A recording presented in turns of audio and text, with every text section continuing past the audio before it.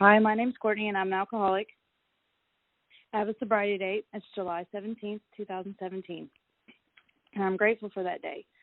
I'd like to say that was my first sobriety date, but it's not. I actually completed the 12 steps before with a sponsor, not on my own, and was in the program for a few years.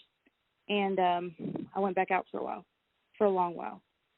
And I've spent a lot of time trying to analyze what I did wrong or where I went wrong.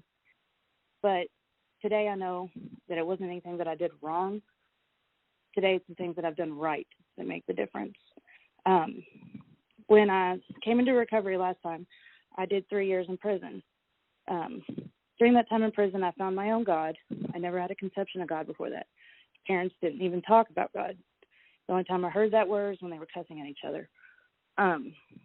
So when I was in prison, I found my own God. So I got out to a halfway house, a recovery program. And when I got there, they kept saying, this program is all about your connection with God, your connection with God. And I thought, well, I already got that down. I already know all about that. So I came into the entire process thinking that I already had one up, like I already knew what I was doing. And from the very beginning, I started off with manipulation. I picked a sponsor that I knew wouldn't be hard on me, that I'd be able to get over on, and not really give my all to. And we worked through the steps. I did them to my best ability at the time because, like I said, I already had a preconceived notion that I knew what I knew. I had a God. But I can see where, like, on my fourth step, I didn't even put any thought or real effort into the fact of what I really did. I was still stuck on what other people had done to me. I lived in self-pity for way too long, all the way up to even my amends process. I said, yeah, I'll make some amends. I didn't do them the way she told me to. I made 2 or 3. I moved on. I didn't practice 10th or 11th step at all. I was really even clueless about what a 10th step was. And I definitely didn't have the conscious contact asking God to guide me in his ways instead of my own. I just thought, I love God. That's enough. So I graduated that house. I stayed sober for not very long. I stopped doing all the things that kept me sober. I stopped praying. I stopped calling that sponsor. I stopped going to meetings. I thought that I had arrived. I'd done it all. I came to the 12th step. I was done. Today I realized that, like, the 12-step process this time for me is not about me staying sober.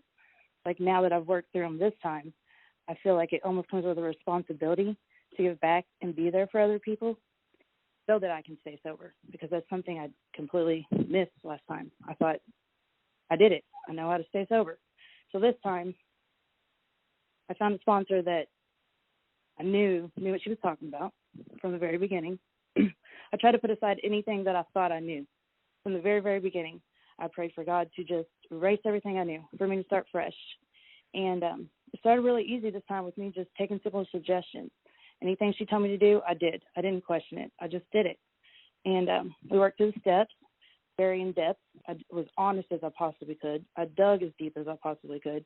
I probably stayed on my first step for a month and a half, but that's what I needed to get it all out. And I can't really tell you what changed this time. Maybe it was my willingness, or maybe it was the fact that I did do it so thoroughly. I'm not really sure.